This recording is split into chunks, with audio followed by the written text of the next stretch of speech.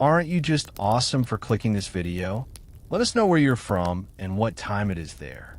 Just relax as we narrate some real-life, true horror stories for you to help you fall asleep. Don't forget to like and subscribe. Your support means everything. Let's start. I've been working the graveyard shift at Belro Pharmacy for almost 4 years. 8 hours a night, 12 a.m. to 8 a.m., alone in a fluorescent-lit tomb. I took the hours no one else wanted. Said yes to every shift. My manager liked that. Said it made me look promotable. Business during those hours was practically non-existent. After midnight, Belro turned into a shell of itself. Just rows of shelves, humming freezers, and my own footsteps echoing too loudly. The front door's motion-triggered beep was the only thing breaking the silence most nights. If it dinged, someone had entered. Otherwise, it was just me and the inventory. Around 1:40 a.m., I returned to the register to check my phone, which I'd left charging. A voicemail waited from a number I didn't recognize. I hit play. The voice was distorted, low, garbled, and staticky like it was being whispered underwater. I couldn't tell if it was male or female. The transcription read simply, "Unavailable." I deleted it, shrugging. Weird calls happen. Back in aisle 5, I resumed restocking the shelves when my phone buzzed again. I pulled it out. The same number had sent me a series of texts. 1:41 a.m. Call me back when you can. 1:42 a.m. I know you're at work. I'm coming to visit. 1:42 a.m. What time are you working till? I frowned. No name. No context. I typed back. Who is this? I watched the screen. The typing bubble popped up. Hung there for maybe 20 seconds. Then it vanished. Nothing came through. Uneasy, I pocketed the phone and kept working. But something changed. I was aware of every noise, every creak in the ceiling, every low thrum of the cooling units. It all felt closer. At 2:05 a.m., the ding at the front door chimed. I walked back to the register, waited. No one appeared. No footsteps, no motion. I stayed a few minutes, then went back to the stockroom, tried to convince myself it was a fluke. Maybe the door just triggered itself. Around 2:30, I rolled out a fresh cart of beauty supplies. As I pushed it toward the second aisle, I noticed someone in the first aisle. A woman, hunched low at the corner near the foundation products. She didn't move, didn't browse, just stared at a single item. "Hi there," I called gently. "Can I help you find something?" She didn't answer, didn't even flinch. After a few seconds of standing there awkwardly, I returned to the register. That's when my phone buzzed again. More texts from the same number. Rapid-fire nonsense. Garbled characters, symbols, some words that almost made sense. But one stood out. "I'm here." I didn't hesitate. I tapped call. The ringing sound started not from my phone, but from inside the store. My chest caved in with panic. The ringing echoed softly from the aisles. Somewhere to my left. I canceled the call. The ringing stopped. The woman. The first aisle. I crept back, heart hammering, and stood just before the corner. I couldn't bring myself to step into the aisle yet. I called out, voice shaking, "This isn't funny. I'm calling the police." No answer. I backed off and called my friend Carter. He picked up immediately. "Dude," I whispered, "I think someone's in here messing with me. Brunette woman. I think she's bleeding." "What? You sure you're not just overthinking this?" "No. She's weird. She won't talk. Keeps crouching. Blood on her cheeks." He thought for a second. "Brunette? Someone we know." I ran through the image in my head. Thin, early 30s or 40s, long hair. Then it clicked. A woman who had DM'd me months ago on a fake Instagram. I'd ignored it, thought nothing of it. She seemed off, rambling. I'd blocked her and moved on. My profile listed a contact number. I meant it for professional inquiries. "Oh my God," I whispered. "It's her." "What?" "She's here. She found me." He tried to talk me down, said maybe it wasn't the same person. But I hung up and forced myself to confront it. I crept toward the aisle again. She was peeking out this time, half her face visible from behind the end cap display. Her smile was crooked, too wide. The skin at the corners of her mouth had been cut, slits running up her cheeks. Blood glistened in the overhead lights. She was kneeling, her head tilted, eyes dead and empty. And then she started laughing. Not loud, not like a person. It was jagged, breathy, almost like she was choking on it. Just noise. My stomach turned. I stumbled backward. "Leave. I swear I'll hurt you." It was a bluff. I had nothing. I sprinted toward the storage room, ducked behind the supply shelves, heart ready to break free from my ribs. I crouched there, counting seconds, minutes. Then, ding, the door chime. I waited, forced myself to check the cameras from the stockroom monitor. She was gone. I called 911, finally. Officers arrived in 15 minutes. I showed them the footage, her crouching, her face, the aisle she lingered in. They didn't know who she was, but I gave them her name from the Instagram account, what little I knew. They took a report and told me they'd patrol the area for the rest of the night. I blocked the number, shut off my phone. I finished the shift with every light on. I stayed behind the register, too scared to go anywhere else. Even now, I glance at the door chime when I'm alone in public spaces. I still work nights for now, but I never leave my number visible online. And I never assume I'm alone, even when the aisles are empty. Because some people don't knock. They find a way in. I worked nights at Hollow Pine Market, a regional grocery store buried in the outskirts of a tired Pennsylvania town. The place was old. Yellowed tiles, humming fluorescents, and a smell that hovered somewhere between bleach and stale cereal. My shift usually ran from 2 p.m. until closing at 10 p.m., but it was the late hours when the store emptied and the building creaked like it was settling into death that things got strange. My assigned section was dairy. Milk, cheese, yogurt, cold hands, and heavier lifting than you'd think. I hated it, but at 19, I didn't have options. The only perk was the walk-in dairy cooler. It stretched behind the product shelves like a long, industrial freezer with metal racks, stacked crates, and a low, constant roar of cold air pumping from vents. It wasn't cozy, but it was the only place in the store the supervisors wouldn't check. So I hid there often. On the night everything changed, the store was quiet by 9 p.m., and my supervisor, Mr. Redgrave, a hard-nosed man with a grudge against anyone under 40, was on duty. I finished restocking milk and wheeled the last of the empty crates to the back room. Then I slipped into the cooler with my hoodie on, pulled the door softly shut, and found my usual spot behind a stack of yogurt boxes. I sat on a flipped milk crate, my body adjusting to the cold as I scrolled my phone. Then I saw it, just for a second, a face barely lit by the soft glow coming through the cooler's glass doors, pressed against the outside window. Pale, almost bluish, and then it vanished. I jumped up, breath fogging in the cold. The cooler's fan whirred loudly overhead. I pressed my hand against the glass, searching the empty aisle beyond. Nothing. The store was still. My heart pounded louder than the fan.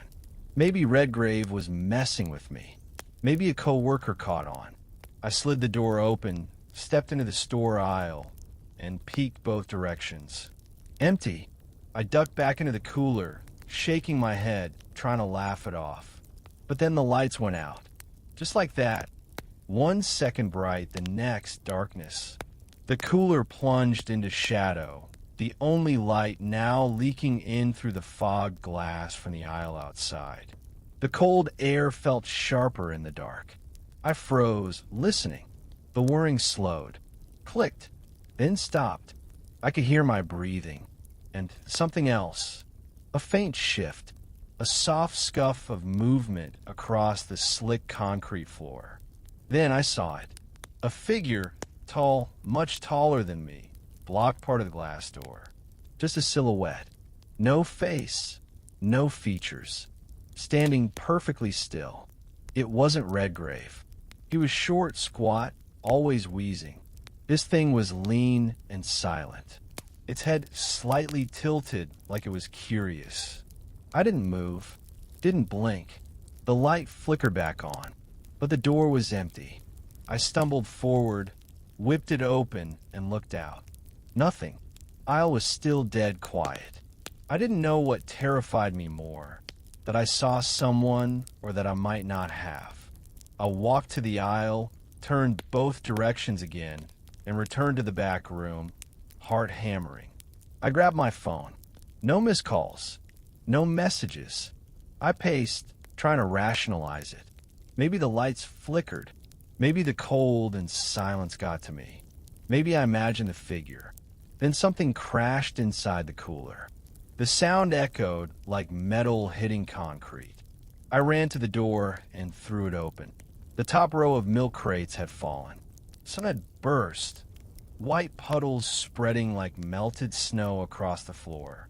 I moved toward the mess, but stopped halfway in. The crates hadn't just fallen. They'd been pushed. Hard. The corner one had slid several feet, leaving a trail. There were no overhead leaks, no uneven stacks. Someone had been inside. The air was heavy. My breath was clouds. My hand shook. I backed out slowly, closed the door behind me, and flicked off the light from the outside. Then I looked back in, and I saw him again. Same figure, standing perfectly still in the dark, just beyond the puddles of spilled milk. He hadn't moved. He was just waiting. I bolted. Didn't even grab my hoodie. I tossed my apron on the break room table, clocked out, and left 10 minutes early. I knew Redgrave would be pissed, but I didn't care. I couldn't walk back into that cooler again. The next day, I almost convinced myself it had been stress, overwork, maybe even a hallucination. But when I came in, Redgrave stopped me. "You clean up the mess in the cooler last night?" "No," I said. Didn't even know there was one. His face tightened. Someone spilled a full row of milk. Didn't bother mopping it. And when the ceiling vents, he trailed off. What about it? It was unscrewed, hanging loose, like someone climbed in. That cooler only had one door. No access from above. That vent was bolted shut when I hid there the night before. I nodded slowly and said I'd clean it up, but I didn't. I transferred to produce a week later. I never stepped inside that cooler again. Sometimes late at night, I wonder if I stayed a little longer, what would have happened? Was it waiting for me to look away, to speak, to close the door again? Whatever was in that cooler, it knew I was there. And worse, it wanted me to know it knew.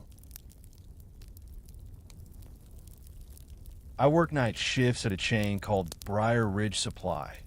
Basically a home improvement megastore tucked between industrial warehouses and empty parking lots. I'm what they call a rover. I rotate between stores in different towns, wherever they need someone to stock shelves and unload trucks after hours. It's boring work, but it pays decently, and I like the solitude. That night, I was covering a shift at the Ridgeport location, which had seen a spike in business lately. Management sent me in solo after 11 p.m., with just one trucker on site named Lionel. He seemed nice enough, gruff, mid-50s, chain smoked like it was still the 90s. Once we got the truck unloaded and sorted into pallets, he said he was heading back to the depot for another pickup and would be gone about 2 hours. Then it was just me. I was used to being alone in these cavernous buildings. The echoing footsteps, the the soft mechanical clinks, the endless buzz of overhead lights. That store in particular had a long, winding layout, like a warehouse swallowed by a labyrinth. The back section, where shipments were kept before hitting the shelves, felt more like a loading dock built for giants. Towers of boxes, pallets of tools, aisles lined with building materials reaching nearly to the ceiling. It was in that back section that things went wrong. I was scanning barcodes with the inventory gun, organizing a new delivery near the lumber aisle. The silence was comforting. I liked it when the world shrank to just me, the scanner beeping, and the hum of the forklift battery charging in the corner. Then I heard it, a crash, loud, sharp, and close. I jumped, turned, heart kicking in a high gear. One of the larger boxes, part of a tall stack, had toppled, now lying face down near the shelves. I hadn't touched that stack. It had been stable. I walked over, checking for spills. Miraculously, the box was intact. But the way it landed, the force, it didn't look like an accident. Then the smell hit me. A sour, unwashed stench. Not like the mildew or dust you get from old boxes. This was something human, like a locker room mixed with rot. I glanced around. No one, just rows and rows of product. Telling myself not to be stupid, I grabbed the forklift, reset the box on top of the pallet, and moved on.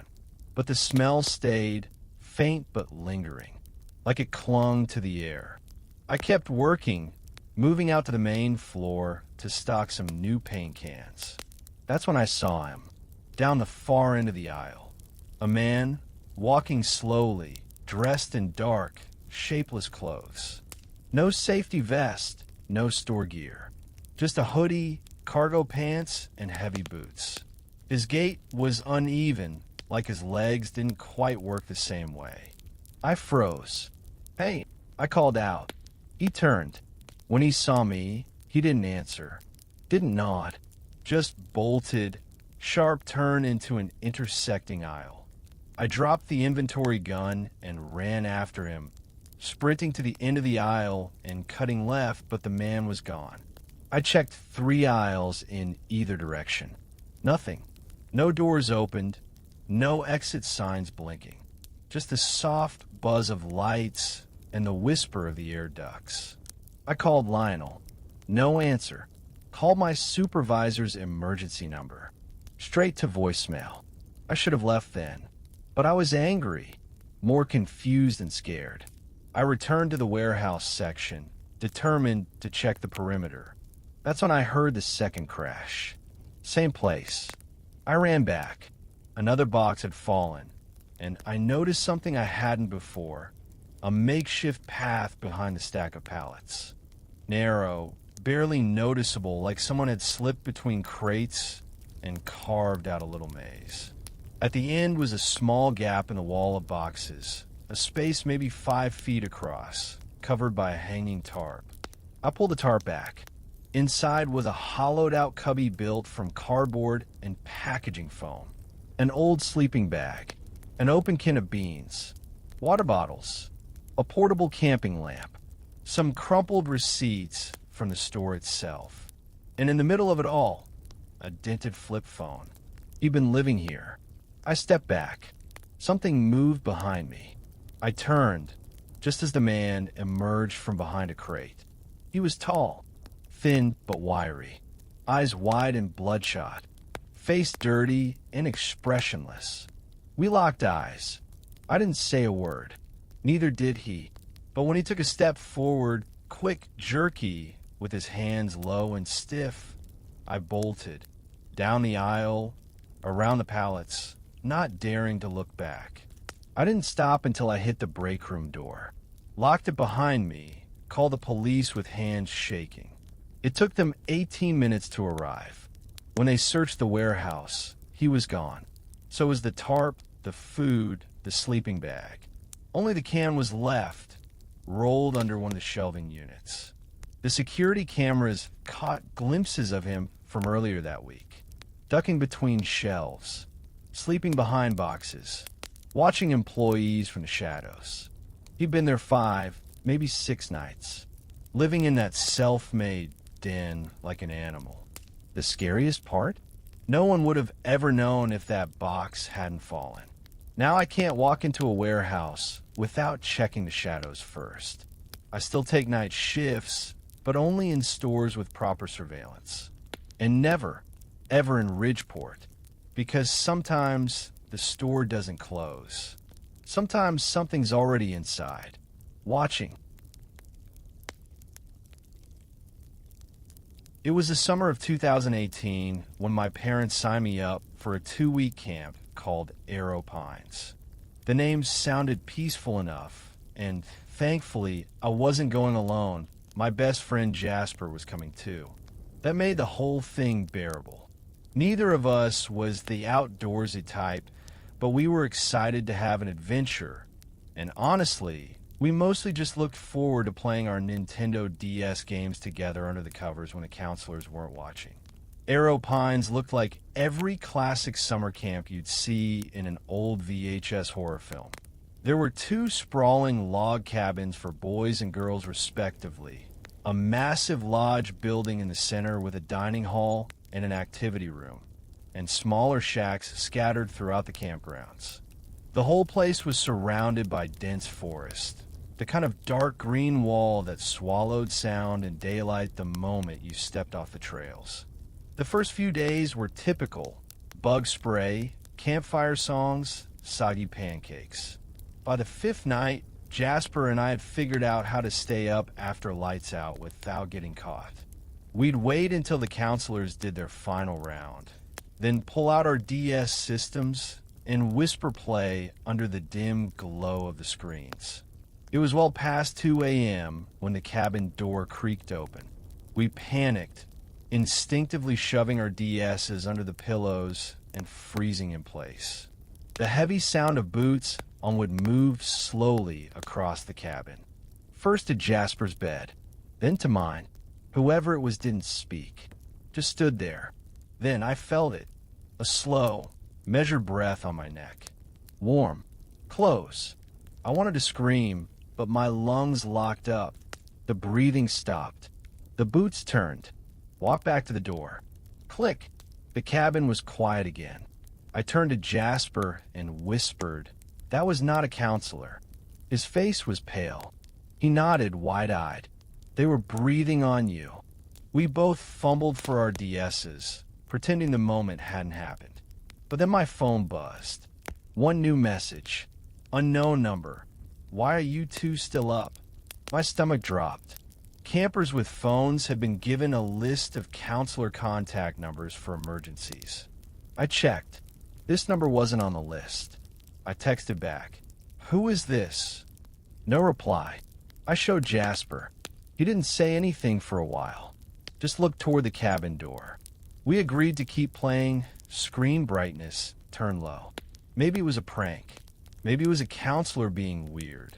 But then the back door creaked open. Again. This time, no footsteps followed. Just the door opening. Then buzz. Another text. Same number. It's Counselor Tony. Come to the back of the cabin. I need to talk to you. Do we even have a Counselor Tony? Jasper whispered. I checked the list again. No Tony. I got out of bed, crept toward the hallway where I could see the back door. From where I stood, I noticed a strange shape in the dim light. An alcove near the wall that dipped inward slightly. Someone was crouched there, just out of sight. I leaned in to get a better look. That's when I saw him. Not a counselor. He was older, probably mid-50s, rail-thin, with pale skin and wiry hair. His eyes locked on mine the second I noticed him. He didn't move, just stared. His mouth twisted into a half-smile like he'd been caught doing something embarrassing, but didn't care. I screamed. The man bolted. The back door slammed shut. My shout woke up the entire cabin. Lights flicked on. Kid sat up, dazed. One of the actual counselors, Angela, burst in through the front entrance. What's going on? I could barely speak, pointing toward the back hallway. There was a man. He said he was a counselor. He was hiding by the back door. The rest of the counselors were called. The entire campsite was swept, flashlights cutting through the dark woods. No trace of the man. Nothing on the cameras near the cabin's entrance either. Just a blur of movement near the trees. They asked me again and again how he might have got my number. The only explanation I could come up with was terrifying in itself. Maybe he'd found a master contact sheet. Maybe he'd been watching us long enough to learn our names. But what chilled me most? He knew where I slept. Which bunk? Which bed? Which kid had a phone? I was 13. It was my first and last time at Arrow Pines. And even now, some nights, I dream of that breath on my neck, slow, hot, and deliberate. Someone was that close, and I never heard them coming. It was the summer I turned 14 when my parents sent me to Silver Hollow, a rustic sleepaway camp hidden deep in the woods of upstate Vermont. I didn't want to go. I wasn't the kind of kid who loved making new friends or singing around fires. But my parents thought the fresh air and independence would do me good. The camp itself looked like it had been standing for decades. Faded paint, warped floorboards, mosquito screens that flapped in the wind. But what really stuck out was the sense of quiet history buried in everything, from the weathered plaques on the cabins to the old photos in the dining hall. A staffer told us that many of the buildings hadn't changed in 50 years. The counselors gave us the usual ghost story warnings. Don't wander into the woods. Don't go near the lake after lights out.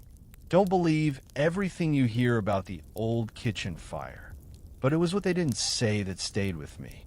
They never mentioned the cafeteria worker who had died on the grounds a year before.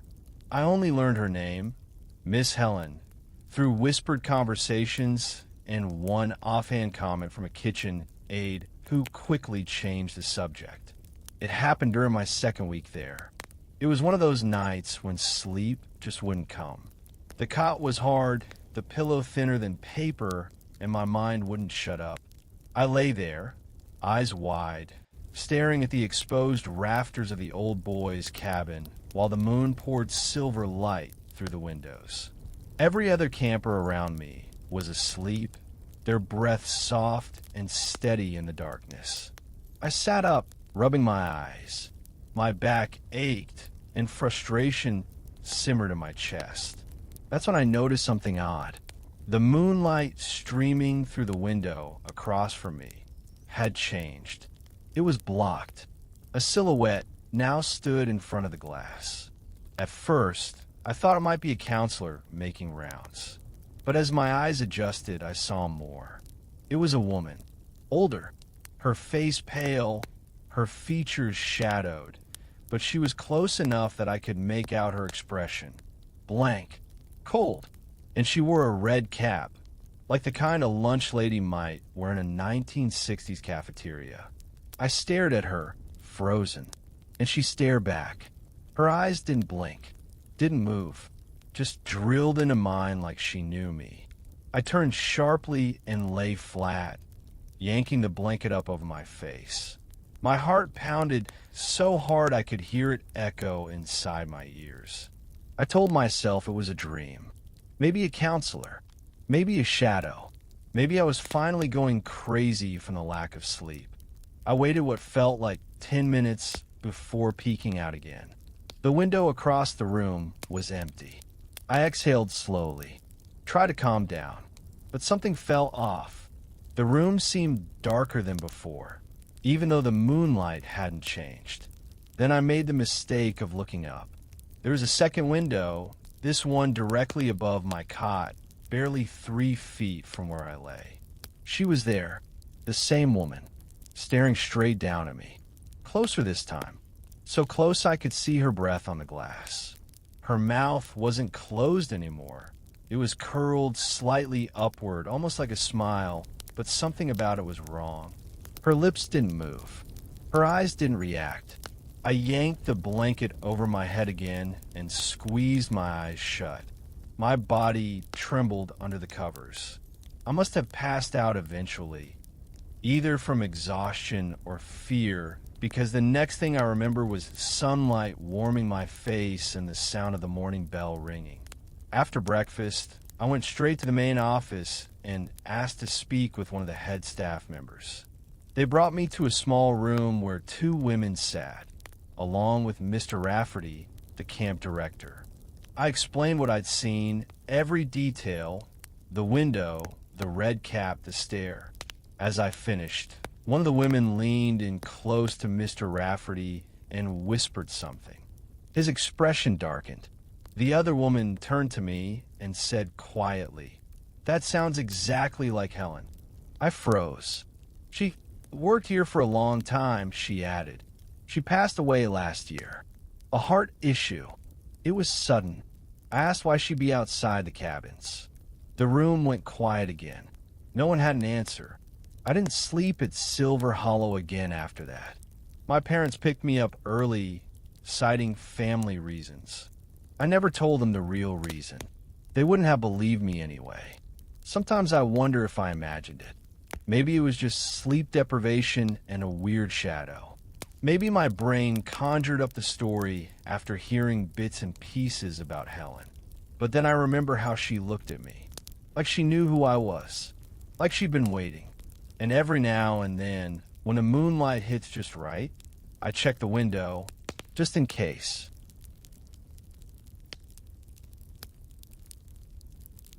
When I was 9, my parents sent me to Cedar Ash, a sleepaway camp buried deep in the hills of western Pennsylvania. I didn't want to go. I was a quiet kid, more comfortable playing SNES at home than making new friends in a forest. But they thought it would toughen me up. The first day was overwhelming. Loud voices, cliques forming instantly, and the buzzing anxiety of being stuck with strangers for 2 weeks. I thought I'd end up alone, invisible. But to my surprise, one kid took to me right away. He called himself Alex. Short, sandy blonde hair, Yankees cap always pulled low over his eyes, and the kind of cocky grin that made him seem 10 years older. He was one of those kids who belonged anywhere. Funny, reckless, always pulling pranks or telling stories he probably made up. I admired him instantly. He was everything I wasn't. During the tour of the grounds that first day, Alex pointed out a building tucked far behind the tree line, its roof sagging, its walls darkened by years of mildew and neglect. It looked out of place, like a forgotten relic from another era. "What's that one?" he asked the counselor leading us. The guy shrugged. "No idea. Been closed since before I started." That was all it took. Alex was obsessed. Every meal, every hike, every activity, he'd bring it up. "We're going in there before the week's up," he kept saying. "Bet there's old camp stuff, maybe even ghost stories." I didn't say no. I wanted him to keep talking to me. On the last night of camp, we waited until the bunk was quiet, breathing soft, snores buzzing gently across the room. Then Alex crept over to my bed and whispered, "Now or never." My heart thundered, but I nodded. We slipped out the door barefoot, our flashlights buried deep in our bags, because we didn't want to get caught. The counselor cabins were already dark, so we sprinted, laughing softly, adrenaline kicking in, down the path, past the dining hall, past the last working bunks, into the tall grass that surrounded the forgotten structure. It wasn't small like I'd imagined. It was nearly identical in size to the other bunks. Room for 10 or more campers, easily, but covered in vines, one window completely shattered, the door sealed with warped plywood and rusted nails. We crawled in through the broken window. Inside was darkness, deeper than anything I'd ever felt. No moonlight reached in. The air smelled stale, like wet carpet and dead leaves. Every sound echoed weirdly. Our footsteps, our breathing, even the sound of the boards groaning under our weight. We moved slowly, arms stretched out to avoid bumping into furniture. I kept walking into bunk beds, cold metal frames that rattled under the lightest touch. "Anything in here?" I whispered. "Just old beds," Alex said. His voice came from across the room. Then I heard it, a soft creaking sound, like weight shifting on a mattress. I turned toward the noise. Somewhere in the darkness, someone or something was bouncing lightly on one of the beds. "Stop messing around," I hissed. Alex replied immediately from behind me. "That's not me. I thought it was you." We both froze. The bouncing didn't stop. It got slightly faster, more rhythmic. A springy, repetitive sound. We couldn't see a thing. We had no light, no plan. Then silence. The bouncing stopped, followed by a single, deep thump like someone heavy had jumped off the mattress. "Go," Alex whispered. We scrambled back to the window. He went first, squeezing through the jagged frame. I waited, trying to stay calm, my ears ringing. Just as I pulled myself up, I felt something grab my ankle. Two hands, cold tight, fingers digging into my skin. I screamed, kicked. Alex reached through the window and yanked me out just in time. We sprinted back to our cabin barefoot, lungs burning, hearts nearly exploding in our chests. We locked the bunk door behind us and collapsed into our beds, whispering frantically. Neither of us slept. We didn't tell the counselors. We were too afraid of getting in trouble, too afraid of sounding insane. The next morning, the buses came. Our parents picked us up. Everyone went home smiling, taking pictures and trading phone numbers.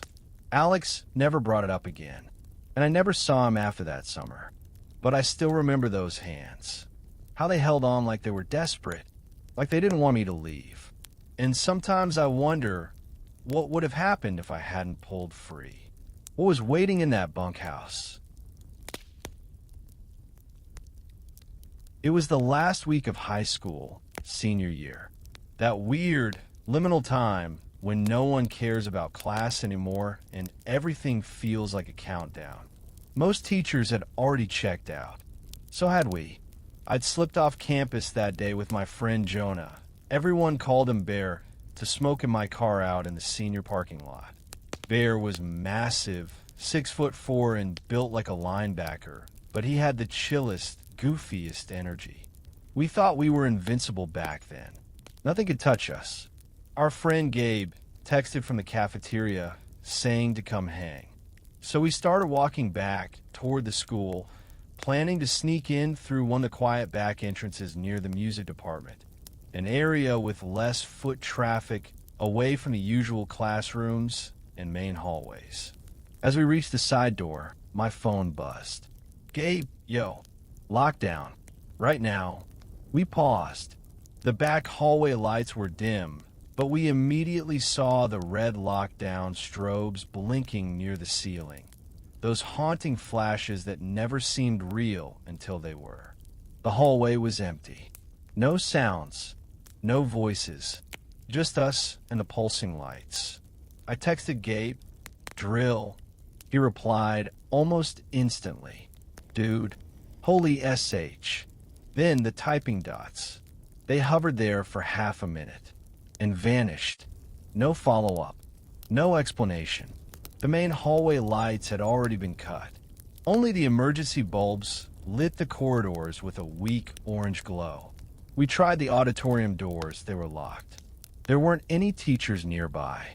No one to tell us what to do. So we waited. Then Bear tapped me hard on the shoulder and pointed. Down the hallway. Far down, near the curve, someone was walking. Fast. At first, we figured it was a teacher. But as they got closer, we saw it wasn't. The figure wore all black and had something white over their face. A mask. Not a Halloween mask. Not anything store-bought or goofy. It looked handmade, rotted pale, stretched tight with deep eye holes and a sunken mouth. a sickly imitation of a human face. They were walking directly toward us. Fast. We backed up instinctively, glancing behind us, realizing we had nowhere to go.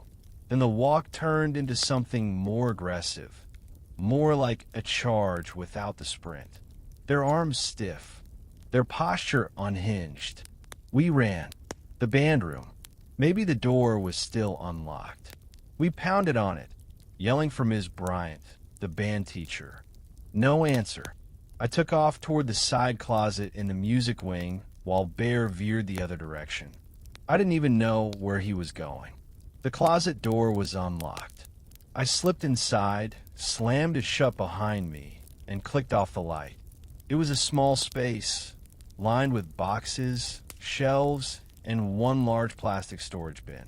I crouched behind it, trying to slow my breathing. The door had a glass panel, just big enough to see out. I watched the hallway. Footsteps. Closer. Then silence. I peeked up. He was there, staring through the glass. His head tilted slightly, like he wasn't sure what he was looking at, or maybe he was sure and wanted me to think he wasn't. I ducked down just as the door creaked open. No rush. No slamming. Just opening. He stepped in, felt around the wall, looking for the light switch. I held my breath. I could see the outline of his legs in the crack between the boxes. He stood there for a few seconds. Then, just as suddenly, he turned and walked out.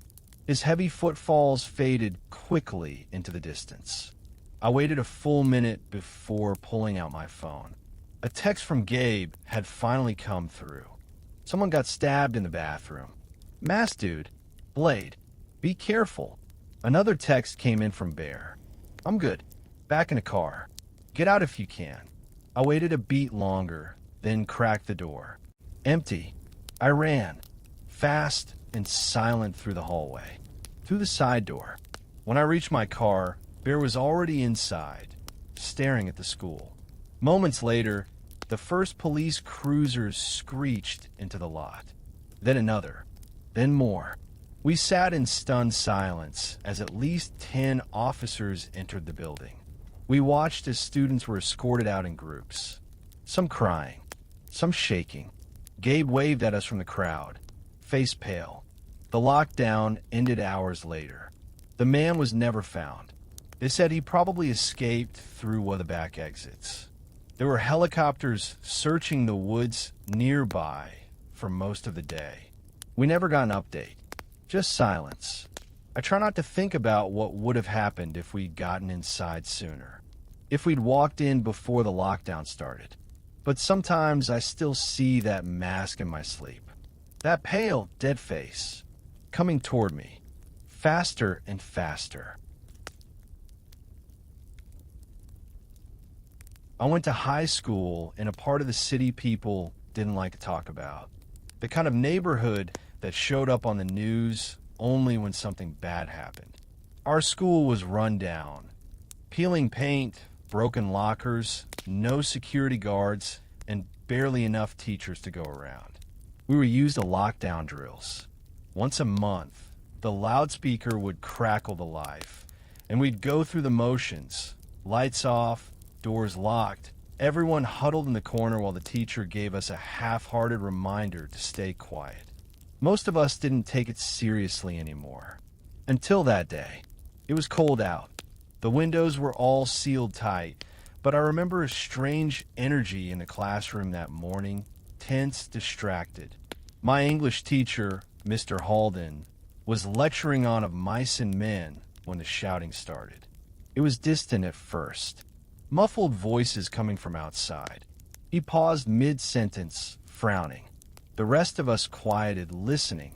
Then came a scream, sharp, panicked, definitely not part of any drill.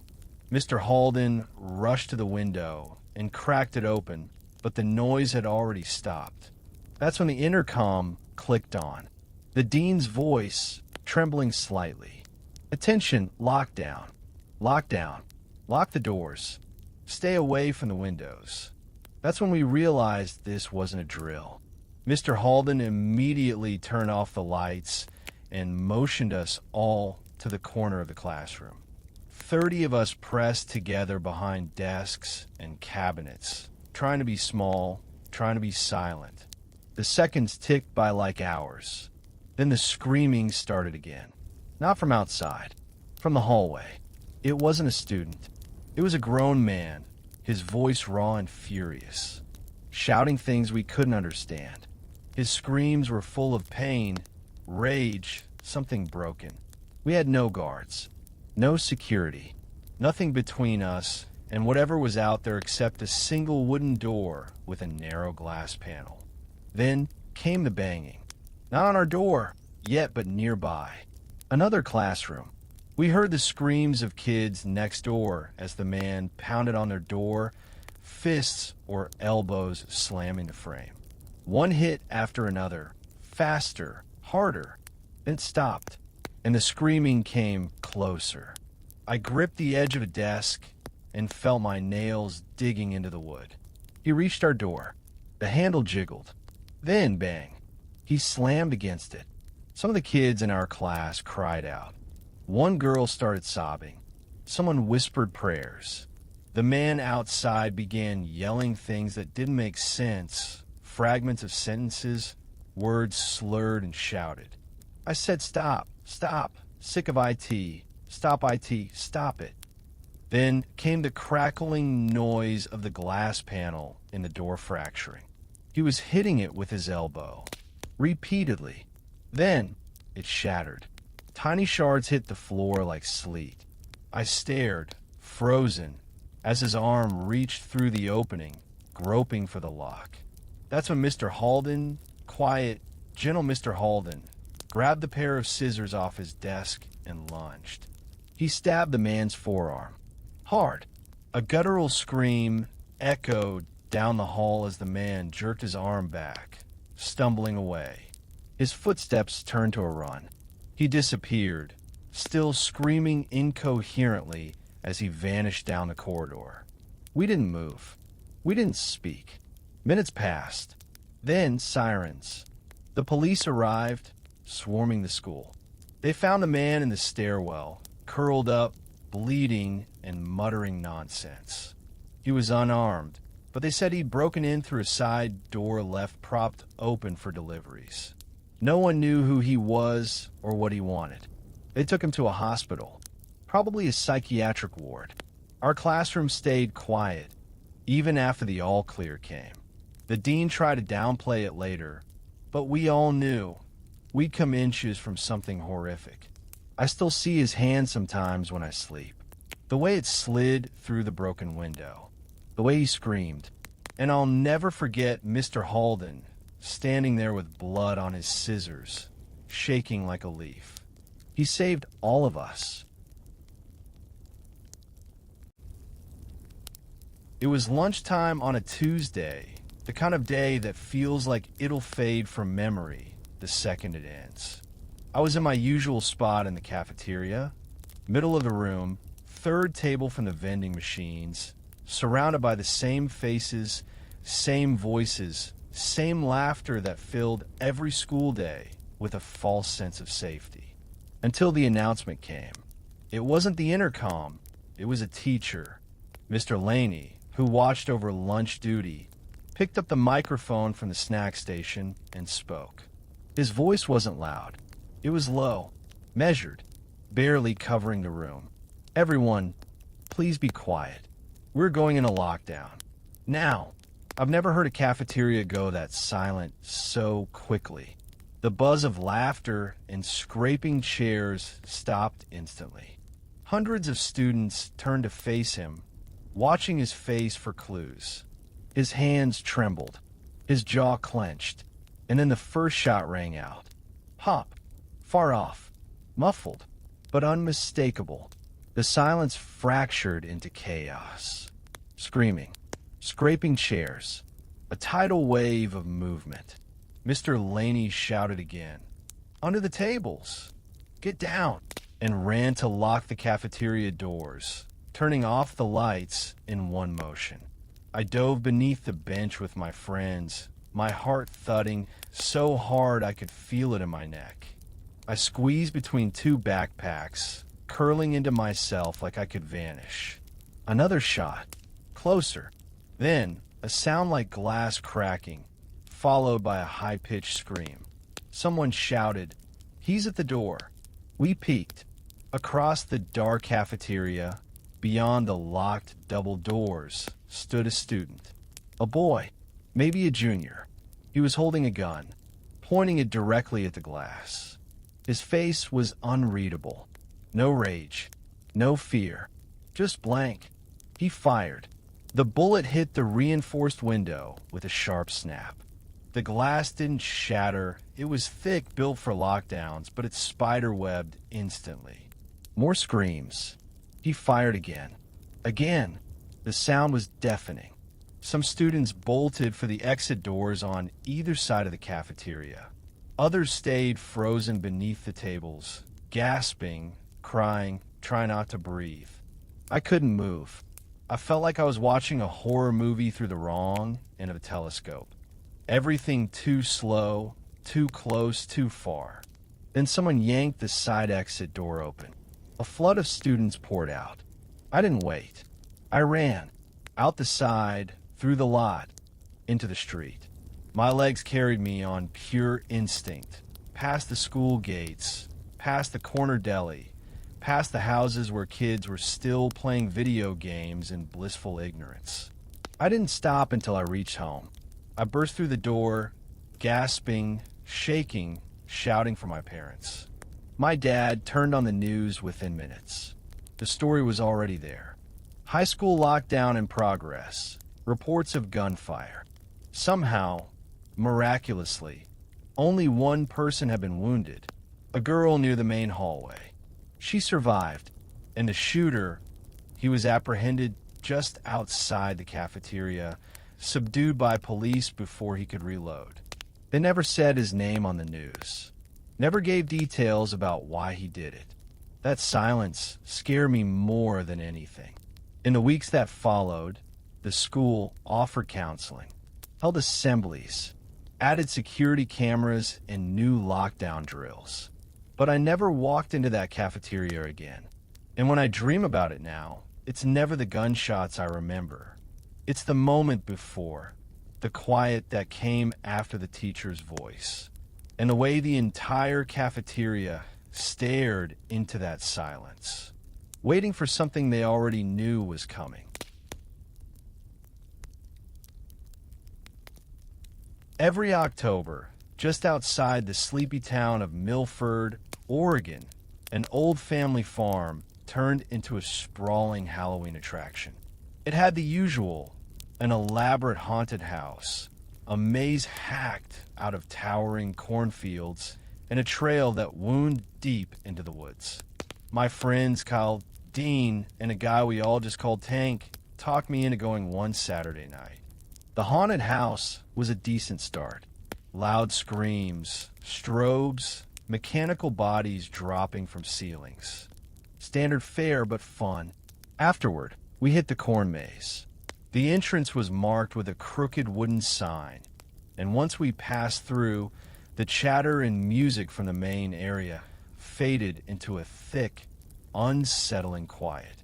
For the first 10 minutes, we wandered between walls of rustling corn, laughing, making jokes, occasionally hitting dead ends. That's when it started. A figure leapt from the corn ahead, a man in tattered farmer overalls, face covered in a stitched-up scarecrow mask, clutching a plastic pitchfork. He let out a guttural scream and charged at us. We bolted. Even though I knew it was fake, some primal part of me kicked in. I ran, blind with panic, shoving through the stalks. My legs burned, and my breath came out in heaves. Behind me, I could still hear the man's footsteps, too close, too real. Then silence. When I stopped running, I was alone. No Tank, no Dean, no Kyle. Just rows and rows of corn and the distant hoot of an owl. I shouted for them. Nothing.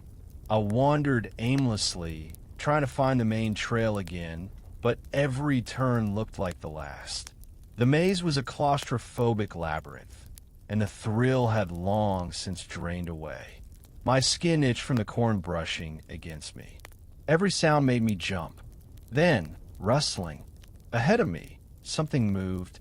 I crept forward, heart pounding, hoping it was one of my friends. But as I passed the noise, a hand shot out and clamped down on my wrist. Hard. I screamed and instinctively tried to pull away, but the grip was iron. Ow! Stop! You're hurting me! I shouted, fully expecting it to be another actor going overboard. But this wasn't part of the act. The arm was clothed in a thick black coat, not a costume. A heavy glove covered the hand. There was no fake blood, no mask, just a blank, matte black face shield reflecting the moonlight. He didn't speak. He just tried to drag me into the corn. I wrenched free and stumbled back, landing hard on the dirt path. What the hell is wrong with you? I screamed. He charged. I turned and ran, sprinting through the maze in blind desperation. I didn't stop until I broke through to the open field at the edge of the property. I saw the lights from the main barn in the distance and ran straight to the first employee I could find, some teenage kid in a vampire cape, chewing gum. I described the man. Heavy black coat, blank face mask, gloves. That's not any of our guys, he said, brows furrowed. They're all in specific costumes. I thanked him and checked my phone. A missed call from Dean. When I called back, he said they'd look for me, but gave up and moved on to the haunted trail. Meet us there, he said. I didn't want to. Every bone in my body said go home. But I figured sticking with my friends was safer than being alone, so I headed toward the entrance of the trail. The moment I stepped into the woods, the Halloween ambience, howling wolves, creaking gates, faded into something more natural. Real wind, real darkness. That's when I saw him again, standing dead in the center of the dirt path. Same coat, same mask. This time he didn't wait. He bolted toward me, fast and silent. I didn't even try to talk. I just darted off the trail, deeper into the woods. I'm calling the cops. I shouted, breath ragged. It was a lie, but I hoped he'd buy it. Eventually, I stopped hearing his footsteps.